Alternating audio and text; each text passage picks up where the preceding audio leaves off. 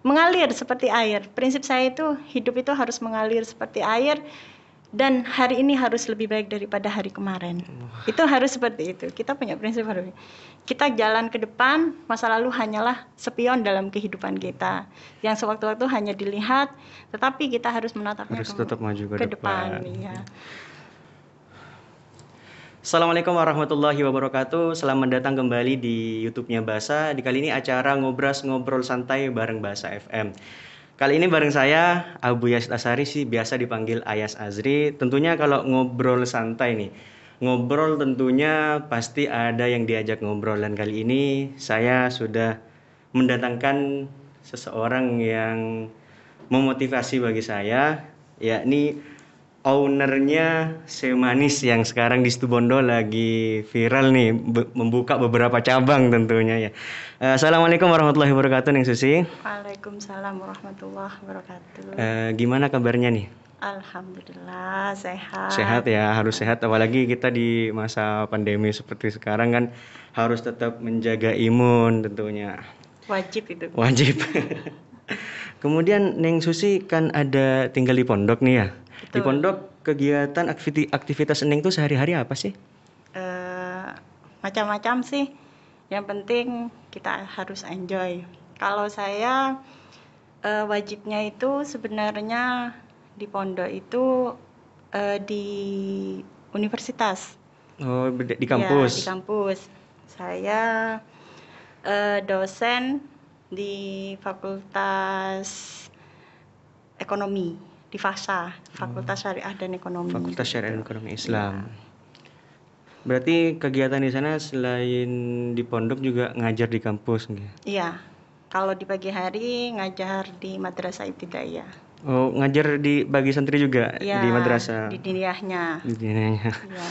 Berbicara di pondok nih, Neng. Saya penasaran, Neng pernah mondok nggak? Kalau dikatakan pernah mondok, ya pasti pernah. Dikatakan tidak mondok, bisa dikatakan juga. Aneh ya? Iya. Karena begini, saya masa kecil dari saya lahir Pamekasan. Karena abah saya kan dari Pamekasan, Umi ikut ke Pamekasan. Jadi saya SD, TK itu di Pamekasan. Terus kemudian selepas sekolah Madrasah Ibtidaiyah MI ya, saya pindah ke Sukorejo. Sehingga mondok di pondoknya mbah sendiri. Gitu ceritanya. Sehingga Umi waktu itu masih menetap di Pamekasan. Ya itu saya katakan mondok karena saya berjauhan. Tapi saya mondok di mbah sendiri. Kebetulan saya di Ma'hadul Quran sekarang itu di MK. Di dalamnya Kiai As'ad yang dengan Bunyai Khairiyah yang dalamnya ke Muzaki. Saya di sana sehingga saya pendidikan SMP, SMA di Sukorejo seperti itu. Oh, berarti dikatakan mondok bisa, dikatakan tidak mondok, memang pondoknya mbahnya Neng ya. Ya, betul. Cuman ketika Ramadan saya pernah mondok di Nurul Jadid. Terus kemudian pernah mondok di Pasuruan. Itu untuk ngisi bulan Ramadan saja seperti itu. Jadi tidak kosong ya, tidak benar-benar liburan. Kalau santri kan biasanya kalau libur di puasa imtihan itu kan dijadikan jadwal libur lah. Maksudnya tidak menyangkut dengan kitab-kitab. Tapi Neng malah ke pesantren-pesantren gitu ya. Pondok kilat katakanlah. Pondok kilat, pondok Ramadan lah ya, Neng. Ya, pondok Ramadan, betul. Kemudian karena tadi menyangkut TK-nya di Pamekasan gitu, Neng. Bisa diceritakan, Neng, gimana histori pendidikannya itu, Neng? Dari TK sampai sekarang menjadi dosen itu. Iya. Mas, saya itu TK di Pamekasan, di tempat lahir saya, tumpah darah saya. Terus kemudian di pondok di sana. Kemudian sekolah Madrasah Ibtidaiyah di rumah di Madura, di Pamekasan.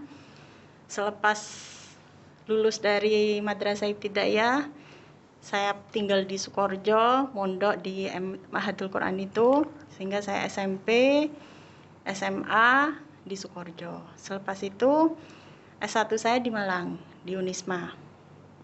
Di Universitas Islam Malang. Itu S1 di sana. Kemudian S2 saya di Sukoharjo, di Alma Mater Sukoharjo di Universitas Ibrahimi, dan alhamdulillah sekarang lagi menyelesaikan S3 saya tapi masih nulis di Malaysia di Universitas Malaya. Di Universitas Malaya. Ya. Berarti satu kampus dengan ibunya Juwairiyah ya? Ya betul, saya adik kelasnya. Waduh, adik kelasnya. Tapi beliaunya di pendidikan, kalau saya di Fakultas Ekonomi dan Syariah. Fakultas Ekonomi Syariah. Kemudian Neng, selama masa kuliah nih, dulu kita bernostalgia kembali di masa kuliah, terutama di semester pertengahan atau akhir. Neng pernah nggak ngerasakan, saya kayaknya salah jurusan nih. Nah, sekarang kan sudah zaman-zamannya tuh, saya lihat teman-teman saya di semester akhir, saya salah jurusan karena ngerjakan skripsi tuh kayak yang begitu rumit ya. Pernah nggak Neng seperti itu? Kalau saya justru merasakannya di awal-awal yang merasa salah jurusan. Malah di awal nggak? Iya, bukan di akhir. Karena gini historisnya, saya itu dari dulu punya cita-cita pengen jadi psikolog. Jadi psikolog. Senang dengarkan curhatannya orang. Seperti itu. Pengen jadi psikolog, suka ngamatin orang itu seperti apa, sifatnya, karakternya itu kan mengarah ke psikolog. Mengarah ke psikolog banget itu. Nah, betul.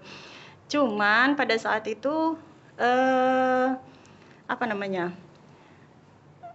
jurusan psikolog itu di universitas swasta sulit. Ada di Universitas Muhammadiyah. Adanya di negeri. Terus kemudian nyoba untuk ikut tes, kualifikasi, tetap masih gagal. Belum beruntung. belum beruntung. Akhirnya udah karena merasa merasa tidak ada kesempatan, diingat-ingat saya itu di SMA sukanya pelajaran apa ya, seperti itu. Ternyata saya suka akuntansi. Hitung-hitung dah ya. Ya, hitung-hitung tapi bukan matematika. Yang hitungnya hanya debit kredit, ngitung uang yang masalah keuangan ngitung uang yang ngehayal.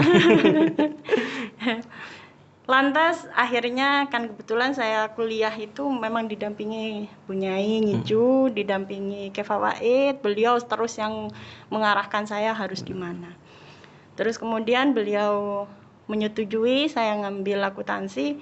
Ya justru saya di situ menemukan bahwa memang saya punya jiwa akuntansi juga selain psikolog.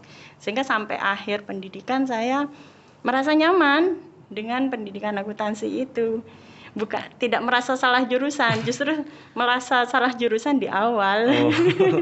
Itu gimana Neng bisa beradaptasi dari itu ya? Kan semula kan rencananya saya ini menjadi psikolog nih. Tapi tiba-tiba kok malah akuntansi, itu gimana cara adaptasinya Neng? Kan kalau dulu SMA itu jurusan kelas 3 ya. Nah, saya justru jurusannya dulu IPA. Masuk IPA, bukan IPS berarti Neng? IPS. Terus kemudian cuman di kelas 1 dengan kelas 2 SMA itu hobi saya memang suka dengan materi pelajaran akuntansi itu gitu. Sehingga saya flashback ke belakang, kalau tidak jadi psikolog, apa pelajaran yang paling saya sukai ketika pendidikan, seperti itu. Sehingga akhirnya saya ngambil akuntansi. Jadi menguatkan bagaimana ingat kembali ya apa sih yang saya senang ketika SMA, kembali bernostalgia ya. Oh ya Neng, selama masa pendidikan nih, baik itu dari TK maupun apa, ketika masih kecil sekolah apa, ada pengalaman menarik gak Neng yang bisa dibagikan Neng? Pengalaman menarik, yang jelas setiap jenjang pendidikan itu banyak sekali yang sangat menjadi memorial yang banget indah. Nantinya ya. Tapi kalau menurut saya kita penting berorganisasi itu, karena di situ bekal ketika kita sudah terjun ke masyarakat. Saya itu di SMP dulu aktif di OSIS, kebetulan bendahara. Terus kemudian di SMA saya ketua OSIS. Sehingga memang dari organisasi yang kita pelajari dalam tahap pendidikan itu mengajari kita pada kita terjun kepada masyarakat pada saat sekarang, seperti itu. Oh berarti pengalaman menariknya ini tentang organisasi ya Neng ya? Iya. Tahun berapa itu Neng jadi ketua OSIS SMA? Saya SMA ketua OSIS itu tahun 2000. Tahun 2000 ya? Iya, betul. Ketika itu ya? Iya, 2001 saya lulus kuliah, langsung kuliah di Malang. Di Malang. Iya. Saya dulu SMA loh, Neng. Ya, berarti Iya. adik kelas. Iya. Saya Tahun juga berapa? masuk OSIS juga. Tahun berapa? Pengurus masuk SMA-nya. Masuk SMA 2014, keluar 2017. Jadi pengurusan itu 15-16, alhamdulillah ketika itu ditunjuk menjadi ketua Banum Teater Lebah. Jadi bagian seni-seni itulah. Di SMA. Di SMA. Zaman saya enggak ada teater. Iya baru kayaknya itu. Iya betul, iya maka berbahagialah angkatan tahun sekarang ini banyak sekali banyak dunia-dunia banyak yang intinya untuk memberikan motivasi kepada santri ya. Terutama ada banyak pintu lah untuk berkarya. Betul. Itu.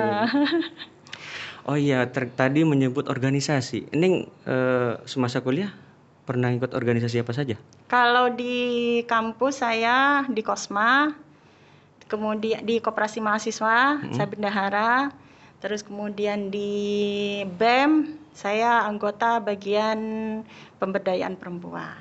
Di situ ya. Ketika itu sekarang kan banyak sudah ya Neng ya Ikmas kalau di pondok itu kan alumni. Saya Ikmas juga dulu. Ikmas juga? Iya. Sejak kapan itu Ikmas Neng? Ikmas itu ada sebelum dari saya masih di Malang. Insya Allah kurang lebih mungkin dari tahun 80-an sudah ada Ikmas. Sudah ada Ikmas itu ya? Zaman saya kuliah itu di Malang, Ikmas puncak-puncaknya waktu itu. Kita aktif di situ. Berarti sudah ada Ikmas sebelum Neng ke Malang gitu? Iya. Kalau di Malang itu namanya Ikmas. Kalau di Jogja itu ada namanya sendiri, saya lupa namanya. Ada Ikatan Mahasiswa juga, cuman panjangnya apa? Sekarang sering dipakai kok sama teman-teman Jogja kok juga. Itu kan baru-baru ini ya, baru beberapa tahun ini kan yang apa ya, intinya tempat-tempat lain juga mengatasnamakan Ikmas, kayak betul. Ikmas Banyuwangi. Betul. Berarti berkiblat kepada Malang berarti ya, ini. Setahu saya begitu. Seingat saya waktu zaman itu yang lagi booming naik daun itu memang di Ikmas Malang. Kemudian masih di kota-kota kecil lainnya masih belum kan, teman-teman mahasiswa pasti santri dulu rujukannya pasti kota besar. Iya, kota besar. Kalau sekarang sudah kota-kota seperti Banyuwangi, Jember, Bondowoso sudah mulai santri mau kuliah karena sudah pendidikan lebih bagus sudah sekarang. Ya kan tentunya saya rasa rata-rata teman-teman saya atau angkatan saya ini banyak yang ke Malang nih. Iya. Baik itu daerah meskipun daerah Bali, terutama yang alumni ya kan. Iya, rata-rata ke UIN. Iya, rujukannya ke sana. Rujukannya ke sana. Semua tuh sudah rata-rata angkatan saya tuh, Neng. Iya, betul itu. Neng di Ikmas jadi apa, Neng dulu, Neng? Saya anggota di Ikmas dulu. Bagian perempuan biasa, bagian perempuan-perempuan gitu. Itu kalau Ikmas dulu itu kegiatannya apa saja sih? Sama. Ada pelatihan, kaderisasi, ada raker juga, ada pertemuan mingguan, bulanan, itu juga ada seperti itu kalau dulu. Oh, seperti organisasi pada umumnya ya, lah ya, Neng. Betul. Oh iya, Neng. Neng kan banyak aktivitas nih di pondok nih, selain jadi guru di Madrasah Ibtidaiyah, juga menjadi dosen di Universitas Ibrahimi. Dan juga saya lihat di media sosialnya Neng itu sering live kadang bagaimana kegiatan di pondok. Itu kan sekarang masa pandemi Neng, itu gimana kabarnya para santri di pondok pesantren? Alhamdulillah santri dalam keadaan sehat walafiat, terjaga kesehatannya, apalagi dalam situasi pandemi sekarang ini. Benar. Pesantren sangat perhatian dengan santri. Terbukti banyak sekali prokes-prokes yang dilakukan. Salah satunya pola makan santri betul-betul dijaga. Masa-masa pandemi kemarin itu santri itu dari pesantren ada himbauan untuk tidak minum minuman yang dingin, terus kemudian tidak pedas, gorengan dan lain sebagainya untuk menjaga kesehatannya sehingga imunnya bisa stabil. Karena cuaca tidak menentu benar, beberapa bulan yang lalu itu seperti itu. Jadi sudah diantisipasi ya oleh pesantren. Alhamdulillah santri sehingga sehat. Yang semula dulu-dulunya dengar santri uhu karena batuk, sekarang sudah tidak terdengar suara batuknya santri. Karena memang makanannya betul-betul terjaga. Alhamdulillah ya sudah. Jadi wali santri itu kan tenang jadi. Iya, betul. Kalau dulu kan sempat ada isu dikabarkan Sukorejo mencekam lah gitu lah ya kan, sempat ramai kemarin itu Neng di masyarakat Neng. Iya, ikan yang mencekam di masyarakatnya. Ya itu. Kalau di pesantrennya sangat bahagia sekali. Dauhnya Kezaim itu ibaratkan berada di tengah lautan menaiki perahu seperti Nabi Nuh ketika itulah seperti itu. Sehingga kita ada di dalam perahunya Nabi Nuh. Jadi yang di perahu itu selamat ya, tenang-tenang saja ya. Di dalamnya tenang-tenang. Nggak tahu ombak di luar seperti apa. Padahal ombak di luar yang sangat sangat besar. Betul. Jadi memang benar-benar dijaga di pondok ya, benar-benar memperhatikan bagaimana kesehatan santri. Tadi sampai betul. Neng menyebutkan sampai ke pola makannya. Betul. Iya. Itu dilarang ya Neng di sana? Iya, tidak boleh pedas. Sehingga pedagang yang berjualan itu betul-betul oleh tim tangguh pesantren diperhatikan pakai menu apa saja yang dijual itu setiap hari dilihat. Sampai ke menu-menunya diperhatikan? Diperhatikan. Begitu detail ya pesantren Sukorejo ya? Iya, demi santri. Kita akan menjaga amanah umat gitu loh. Santri yang beribu-ribu, anaknya orang banyak seperti itu. Amanahnya orang tuanya seperti itu. Apalagi kan pas ini penyakit yang tidak terlihat ya kan? Iya, betul. Kalau terlihat kan mending kita menjauhi. Pas ini nggak terlihat gimana kita mau menjauhi kalau emang nggak kita benar-benar mencegah gitu ya. Ya sekarang aktivitasnya Neng sehari-hari apa Neng? Selain tadi yang saya sebutkan di pendidikan, walaupun situasinya pandemi seperti sekarang, tetap kampus itu kan tetap ada aktivitas. Sekarang lagi UAS di pesantren kan. Sekarang lagi UAS. Ya. Terus kemudian selain di internal pesantren, saya juga aktif di POM-nya pondok, di SPBU-nya pondok. Di SPBU Sukorejo. Ya, di sana. Untuk bagian controlling general lah secara umum seperti itu. Terus ya selain itu kalau kemarin itu sebelum pandemi kebetulan saya suka menyapa teman-teman alumni sehingga saya sering merapat ke teman-teman dengan kegiatan Rotibul Hadatnya. Semoga setelah pandemi ini situasi stabil, terus kemudian kita bisa bertemu kangen lagi dengan teman-teman karena mereka mau ke pondok terbatasi, sehingga saya pengen dekat dengan para alumni. Salah satu medianya adalah dengan ikut Rotibul Hadatnya mereka. Langsung ikut bergabung. Iya, di masing-masing rayon itu. Jadi memang benar-benar berdampak pandemi kali ini. Betul. Jadi yang semula kita biasanya tenang-tenang untuk berkumpul, untuk rapat, untuk bersilaturahmi sekarang sudah tidak bisa. Iya betul. Oh iya Neng, saya lihat kemarin Neng itu kayaknya ada mengeluarkan produk deh. Semanis kalau nggak salah ya. Minuman ini semanis. Lagi nongkrong di depan kita. Salah satunya ini. Terkait si manis nih Neng, menjadi seorang entrepreneur nih tentunya jadi ownernya si manis kan Neng ya. Itu gimana sih awalnya Neng? Begini, saya kan jurusan ekonomi. Nah, terus kemudian nggak punya idenya dadakan sih, cuman beberapa dalam tahun inilah baru terinspirasi. Awalnya saya punya teman di Malang. Dia teman kuliah saya, alumni Sukorejo. Alumni Sukorejo juga. Abahnya orang Ikmas Malang. Mungkin teman-teman alumni Malang pasti tahu semuanya. Teman saya itu alumni Sukorejo. Beliaunya ini menetap di Malang. Sehingga sekarang itu teman-teman alumni Sukorejo yang kuliah di Malang pasti rujukannya diam dengan Ustadz Asy'ari ini. Ustadz Asy'ari ya, namanya. Betul. Nah, beliau ini dulu masih kuliah dengan saya itu sering di Ikmas bareng, di BEM bareng gitu seperti itu. Nah, dia itu buka usaha minuman di Malang. Saya bilang, kenapa saya kok pengen juga buka di Situbondo. Nah, dari itu kita cari nama apa yang enak, terus logonya pakai apa dan lain sebagainya. Akhirnya terinspirasi kan punyanya dia itu senyum manis. Jadi punya saya pakai bahasa saya manis. semanis ini bisa dua nama. Kalau kita baca kayak bahasa Madura, se, ya berarti yang manis. Yang manis.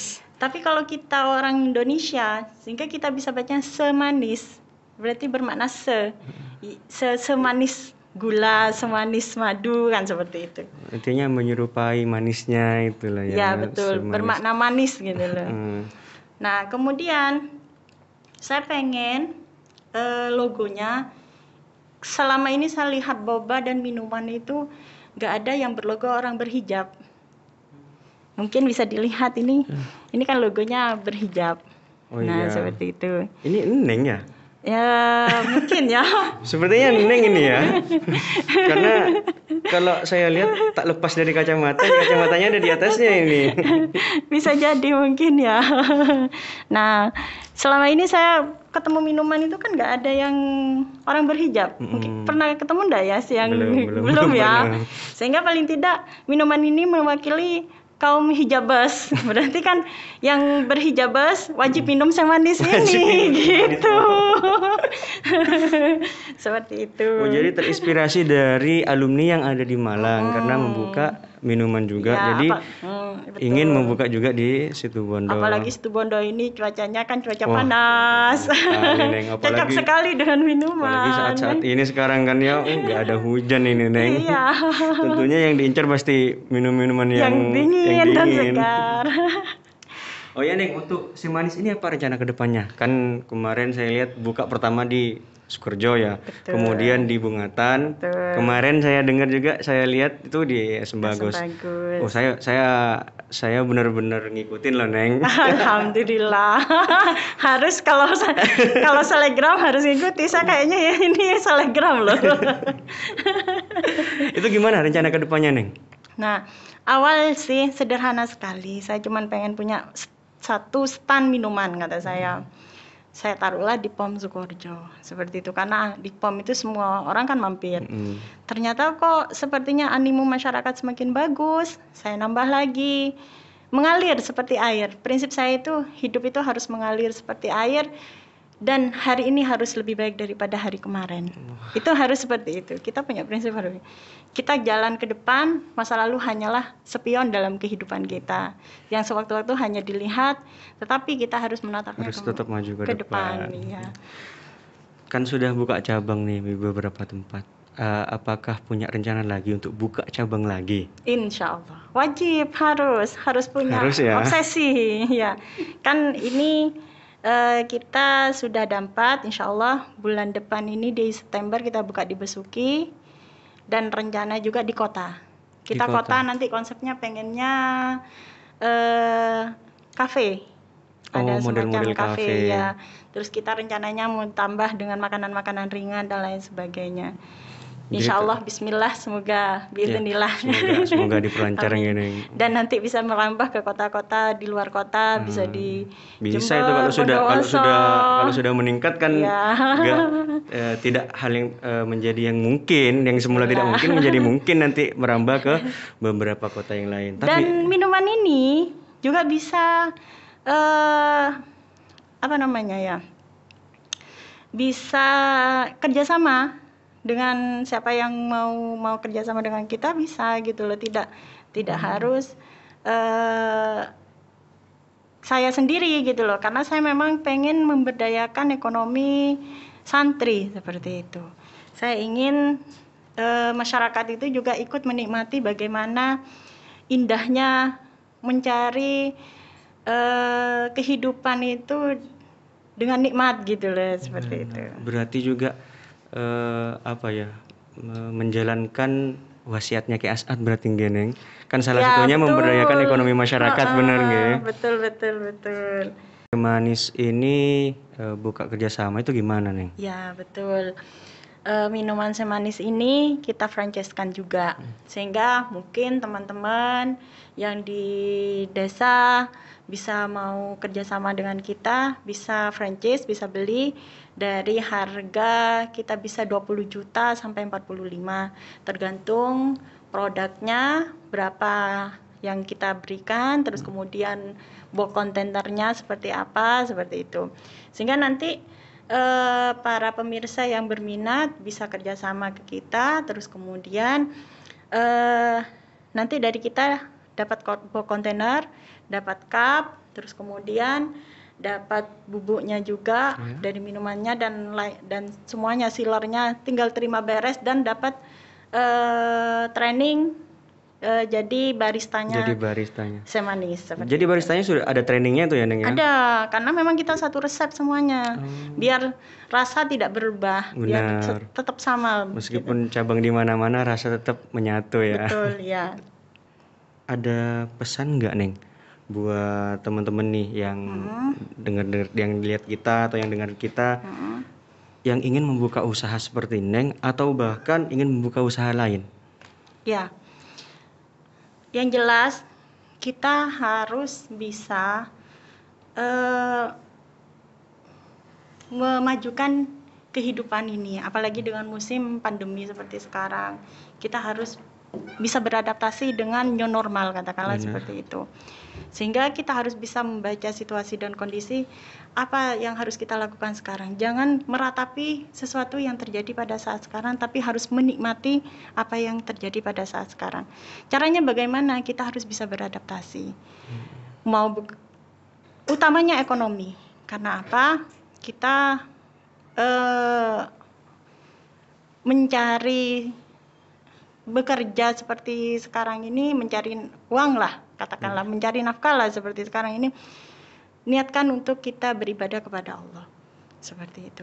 Karena media, salah satu media kita beribadah kepada Allah adalah kita mempunyai bekal yang banyak, mempunyai ekonomi yang banyak, sehingga di situ kita bisa membantu banyak orang. Seperti itu sekali. Iya. Diniatkan ibadah berarti ya, Neng ya? Harus seperti itu, sehingga kita selalu mendapatkan ridhonya Allah di situ kan. Amin. Iya. Oh iya, Neng, saya baru ingat nih, nampaknya Neng sekarang masih aktif di organisasi. Sepertinya di NU juga aktif, Neng. Saya ketua Fatayat di PAC Banyu Putih. Ketua Fatayat di PAC. Dengan beberapa rutinitas yang padat masih nimbrung di Fatayat, jadi ketuanya. Iya. Itu gimana, Neng? Membagi waktunya itu gimana, Neng? Saya nggak habis pikir, pagi masih ngajar bagi santri di Madrasah Ibtidaiyah, kemudian siangnya ngajar. Nah itu cara membaginya itu dengan apalagi aktif di organisasi Fatayat. Dinikmati aja. Dinikmati ya, Neng ya. Enjoy in life kan sebenarnya. Kalau kita difikirkan, mungkin kita merasa jenuh, merasa nggak mampu. Tapi kalau kita nikmati step by step, insya Allah akan ada jalan. Niatkan untuk kita selama masih ruh di badan, selama nafas masih ada di badan, teruslah berjuang, jangan lelah seperti itu. Kita lelahnya nanti kalau sudah tidur panjang aja. Tidurnya sekarang sementara aja seperti itu. Jadi intinya terus tetap semangat, terus maju ke depan. Harus. Sewaktu-waktu nggak apa-apa kita lihat spion ke belakang, tapi intinya kita harus gas ke depan untuk mencapai tujuan yang akan kita capai. Betul tentunya. Oke, mungkin kita itu saja yang kita bahas. Terima kasih atas waktunya yang sudah datang dan juga sudah bawa manis nih. Tentunya saya Neng kemarin itu sempat juga suka minuman boba-boba seperti ini ya di beberapa kota, diantaranya Sekarisiden Mesuki lah. Jujur bukan iklan ini loh ya, bukan iklan ya. Jujur memang boba nggak apa-apa. Boba manis ini memang beda sama yang lain. Ya kalau nggak percaya bisa datang langsung ya ke boba manis ini di Sukorejo ada, Sembagus aja juga di Bungatan ini ya, di Bungatan ada. Besuki bakal akan launching. Wah, tentunya warga Besuki ini disiapkan ya, tentunya ya. Coba kota rasain juga, deh kalau nggak percaya. Juga akan launching, insyaallah. Apalagi di kota rencananya katanya model kafe ya, Neng ya. Ya, insyaallah begitu. Semoga sukses ya ke depannya, Neng ya. Terima kasih sudah hadir dan juga sudah berbagi kisah dengan kami. Sama-sama. Makasih, Neng. Assalamualaikum warahmatullahi wabarakatuh. Waalaikumsalam warahmatullahi wabarakatuh.